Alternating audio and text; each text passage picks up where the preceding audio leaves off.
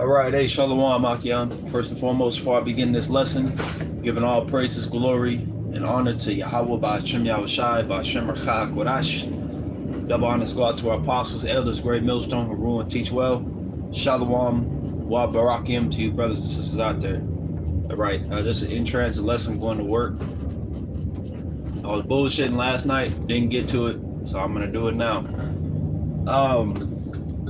Basically, the lesson topic that I had in mind was how the Lord deals with absolutes. And what I mean by that is, unlike Esau, the Lord has no gray areas. All right, an example, Matthew 12 and 30. The Lord said, Yahushua said, he that is not with me is against me.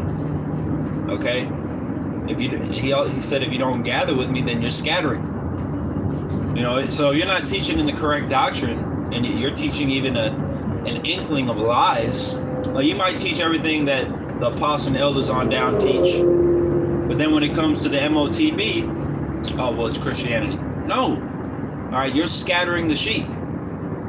The Lord doesn't deal with half truths and I'm kind of a prophet and I love the Lord, but my job. No, the Lord ain't trying to hear none of that shit, man. Either you're with the Lord or you're not. Okay, and even too in Revelations, right? Revelations 3. He said, I would thou wert hot or cold. I think around, start around the 15th verse, 3 and 15, Revelations. I would thou wert hot or cold. And it talks about, somebody that may be lukewarm.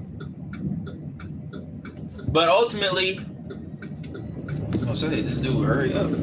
Ultimately, lukewarm is a non-existent thing. I mean, it is a thing, but it doesn't last long. And what I mean by that is, if somebody's lukewarm, that means that they started hot. Most of the time,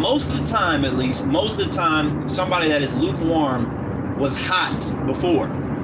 They were hot, and then they're just starting to lose energy and ambition, to continue to push this word and be in this truth. All right?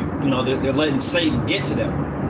They're letting the trials and tribulations get to them. And we haven't even been through the hardest trials. Okay? And that's an exhortation to us as well. If you find yourself feeling a little weak, well, you got to fast and pray and get the fuck out of that spirit quick. Because we haven't even actually entered into the real trials and tribulations as of yet. So if we're already starting to fold up, we're not going to last.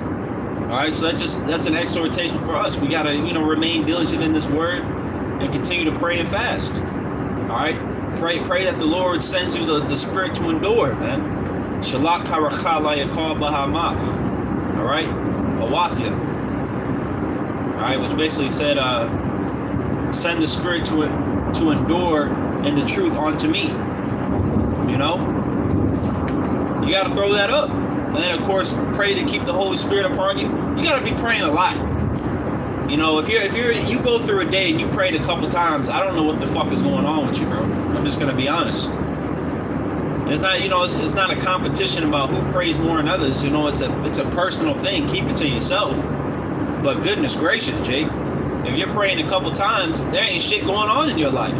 You feel like you basically Yahushua. Even Yahushua prayed often, all the time, and he was perfect. So I can't even say that. You're saying you're better than Yahushua, which we know that's a damn lie. So you got to be praying, man. Give diligence. All right, but anyways, somebody that becomes lukewarm, if they don't bounce back out of that, they become cold. So you see, lukewarm it's a so-called gray area, but the Lord doesn't deal in gray areas. That's why the Lord said, what? If you want to be lukewarm and you don't want to be on fire for this thing, then I'm going to spew you out of my mouth. Meaning he's going to blow out your candle. He's going to take the spirit from you. And then you're going to become cold. You see? So the Lord don't deal with no gray areas, no kind of sort of maybes. That's why Yahushua, who comes in the spirit of his Father, they're on one accord. That's what it means by they are one. Right? They're two completely different people. But what did Yahweh Shai say? Let your yea be yea, your nay be nay. All right? Outside of these comes evil. You see?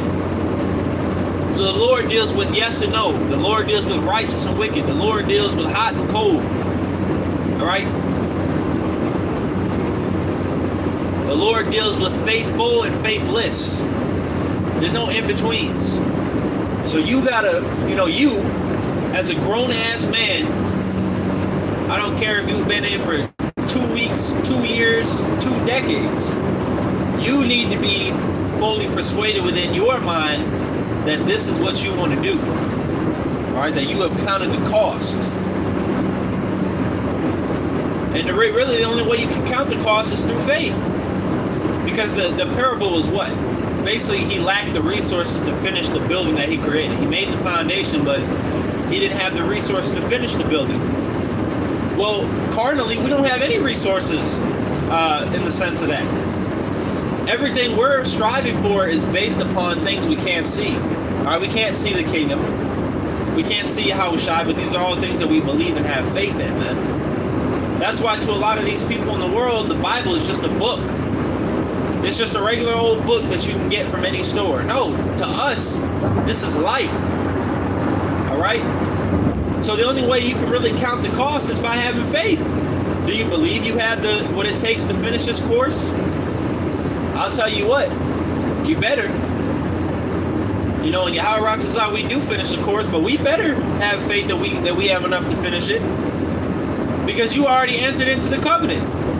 All right, as soon as you put that video on, as soon as you start recording yourself teaching, as soon as you start going on the highways about, even if you're not doing those things, as soon as you start applying the truth to your life and you were praying to the Lord, praying in the names, well, guess what? Now you're bound to serve Yahweh B'Shem El Shai. We already were as Israelites, but you know the will of the Lord now. That's what it goes into, I believe, in Luke the 12th chapter. All right? You knew the will of the Lord, and prepare not yourself. You're going to be beaten with many stripes. You see? So if you know this truth, especially if you're teaching this truth, you have no choice but to continue. That's why the scriptures tell you to count the cost. If you didn't think that you had what it took to be in this truth, that you didn't want to lose things, if you didn't want to become an outcast of society, if you didn't want your mama to turn her back on you, then you shouldn't have fucking came in the truth, man. That's the bottom line. Because what you get when you have guys like that who start to renege on their promise they spiritually made to the Lord, their spiritual vow that they made to the Lord. Because remember, you got to keep a vow. You coming in this truth, you made a vow unto the Lord to serve him for eternity, man. All right, as your eternal master, as your eternal father. So when you renege on that, well, you should have just stayed in the fucking world. All right? You can't be having second thoughts, man. There should be no plan B. Because if the truth is plan A, and whatever else you got going on is plan B, guess what plan you're going to end up following after? Plan B. Because having a plan B means you didn't fully trust in plan A. Which in certain scenarios, it's good to have a plan B. Like if you, for example, let's say it's Christmas Day, you got to go to a mechanic shop because your tire's flat or whatever, and you're like, well, if they're not open, then I'm going to do this instead as plan B. That's using wisdom. That makes sense because they might not be open because that fuck ass pagan holiday, and then you're going to be shit out of luck. That's why you got to have a plan B. But when it comes to this truth, there is no plan B. This is it. This is all we have. This is all we should want. Here it is. Yahweh B'Shem El Shai is giving some of you guys, giving all of us, but I'm saying the guys that aren't serious about this thing. The Lord has given you the greatest gift. He's given you the golden ticket to life. And you think there's something better for you. You're bugged out. Okay? You're completely bugged out of your fucking mind. Alright, but nonetheless, the bottom line of this lesson was the fact that the Lord does not deal with gray areas. Okay? So the scriptures tell you, make your calling and election sure. So when you're in this ministry, when you're in this faith, you got to be serious about this thing. You got to be serving the Lord, spiritually sacrificing every single day. Okay? Apostle Hart said to be in the spirit to do a video a day. Do that. You know, try to do that, man. Try to do a video a day. Try to be, you know, involved in the chat. You know, you're not gonna always be involved. You know, Jake get caught up in things he's doing. You know, and it's not good to be on your phone all day. You know, but when you can during the day, tap it in the chat. Brothers posted scriptures, brothers posted articles, look into them. You know, pray to the Lord, go on a fast. You know, I recommend brothers to try to fast once a week, man, if you can. Because it's getting too demonic out here, man. There's no reason to not be fasting. Okay? Now, how many times you do it a month or whatever, that's on you. But definitely get your fast in, man. Pray without ceasing. Pray every day. Cannot stress that enough, man. Read, right? Even if you got to listen to audiobook in transit. All right? Watch your lessons. Be involved. Okay? Because it tells us in Luke 17:10, it says we have done that which was our duty to do, and we're still, and the Lord said to say that we're unprofitable servants. So if you're an unprofitable servant from doing what you're supposed to be doing, what are you considered if you're not doing what you're supposed to be doing? A fucking degenerate. All right, look at the men of old, man. All the men that you read in the Bible, these are your forefathers. These are your ancestors. Jake always want to talk about his fucking ancestors. Well, the men of the Bible, these are your forefathers, your ancestors, man. And look how they lived their lives. In faith. Okay? In might. They were all filled with the Spirit, man. And they were all willing to die for Yahweh B'Shem Yahushai. They loved nothing more than to serve the Lord. So how is that any different for us? Alright? Because if you're anything less than that, if you don't want to serve the Lord and put your whole spirit into this truth, put your whole soul into this truth, then you're a fucking degenerate. And that's why the Lord is going to take out 2/3 of our people here in America, because they don't want to seek after the old path. Jeremiah 6:16. They want to continue to go down the path of wickedness. They want to continue to be a fucking Nabar, man. Alright? So that was it. That was all. You know, I just wanted to get that off my chest. Off my spirit, rather.